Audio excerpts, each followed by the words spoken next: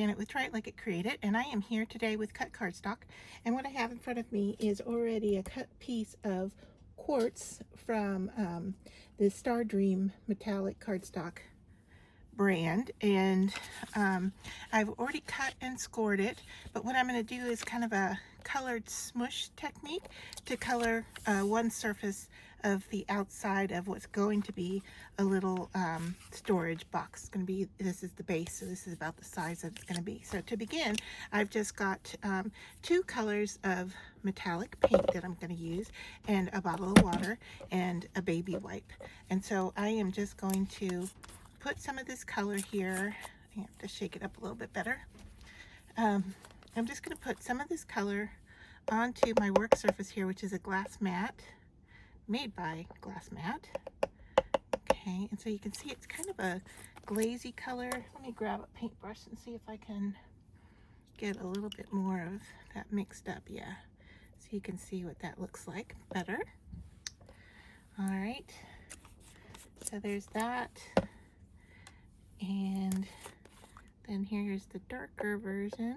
Let's see if I can get a little bit of this as well. Once again, I'm just going to use my paintbrush to see if I can get, okay. And then what I'm going to do is spray this with water and get it really quite saturated.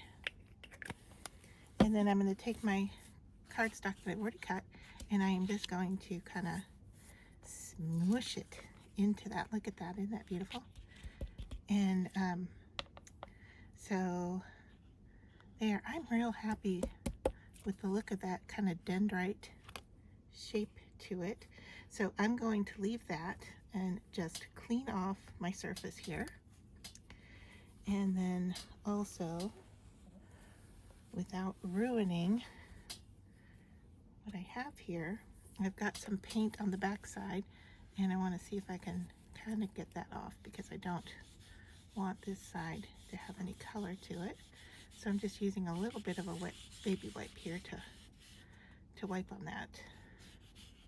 I know it's hard to see what I'm doing here, but all right, so that is it. Now I'm going to dry this with a heat gun, and then I'll be right back. Okay, so here is our piece after it is dried, and it's a metallic surface, and I've used metallic paint on it, so it has kept that quality to it. Now we're going to work on the other side because this is where our score lines are. And so what I'm going to do is I am just going to fold along those score lines, and you want to make sure that your outside surface was very dry before you do this. And then you just want to fold each of those score lines both directions. And so you can see that some of them here are really small because I started with a 8.5 by 11 piece of paper. And so I just want to use my thumbnails to kind of help those fold. And those tabs are what's going to hold our box together. And I can already see here for the bottom shape that we may have wanted to make those larger,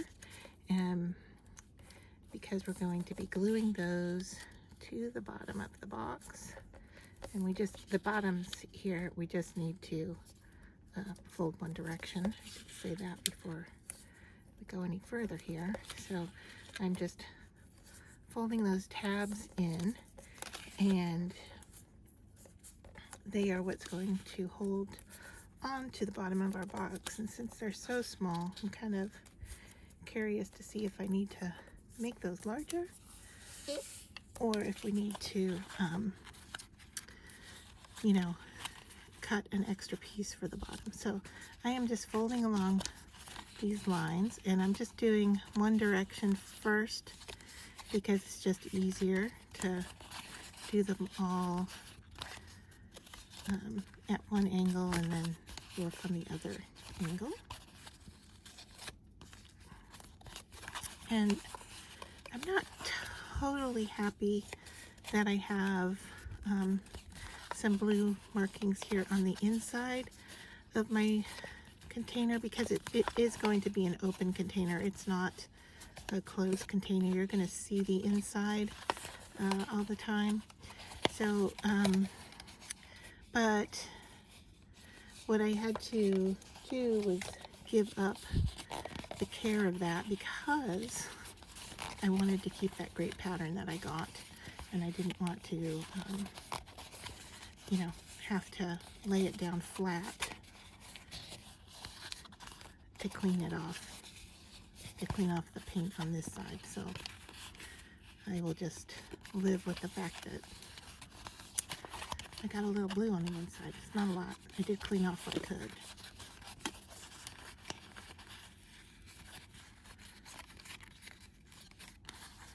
And if it bothers me that much, well, I guess I could go in and clean it off. Alright, so what's going to happen here is this is going to roll around and attach here.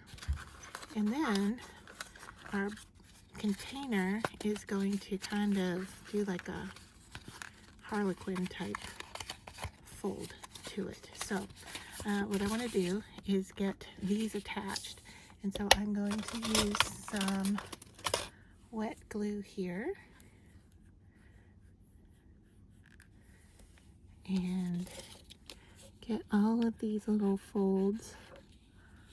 I don't even know if I'm in camera here. I'm focusing so much on what I'm doing. Okay, I want to get these guys done, and I might need to, let's see. How am I doing on this pin?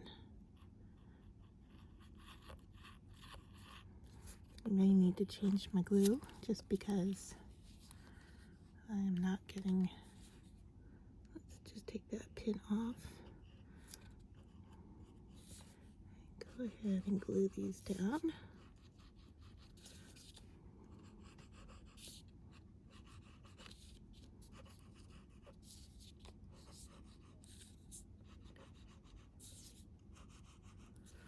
All right, I'll work on that needle later. And I'm just gonna wipe off the glue here just so I don't have to worry about it going where I don't want it. And I glued the wrong side, of course. So let's wipe that off. Have those days. Okay. I want to glue this side here.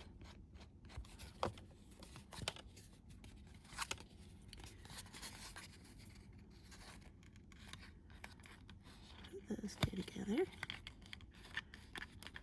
All right.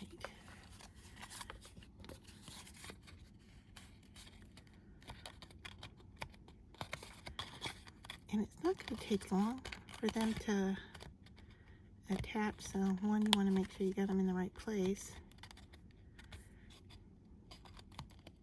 Alright, and everything can still fold.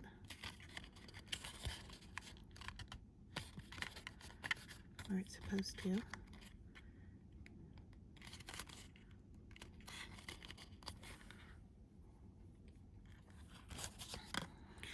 I'm just going to push down on these to get them in the bottom. Okay. And then I'm going to try to drop this in place.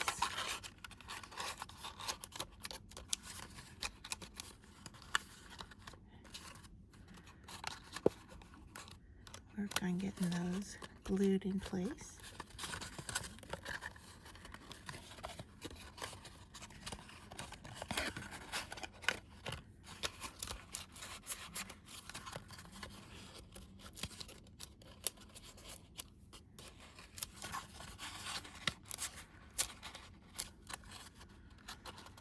All right, I think we're getting there.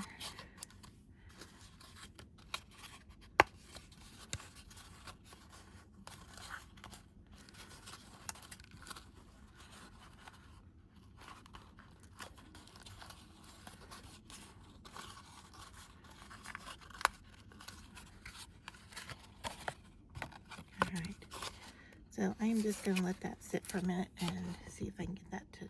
Okay, so what I ended up doing here was I had to fiddle with it a little bit, and I ended up taking the second layer and folding it into the center. And before you go to manipulate anything, you want to make sure your bottom is securely glued on and dry, because as you go to manipulate, it may lose its adherence. So just make sure everything is glued nice and tight. Now, once this is flipped over, I didn't glue anything in place. It's just sitting there. And then I went around and just kind of pushed in on these shapes to give it this ended look. Okay, so I have a little storage container to place on my workspace to collect any little pieces that I'm working with. And I like how it turned out. I really like the dendritic pattern that I got by smushing the paint. And so, yeah, it ended up looking really nice, and I probably should have painted the inside as well. What I was originally going for was something more like this, if you remember the vase that we made, and that it went in and out, and so we had 2 layers and it would look more like this. I got tired of fiddling with it and just ended up doing this. So either one could possibly work for you with this cut. So hopefully, if you like one over the other, that you are able to choose which way you want your little container to end up looking.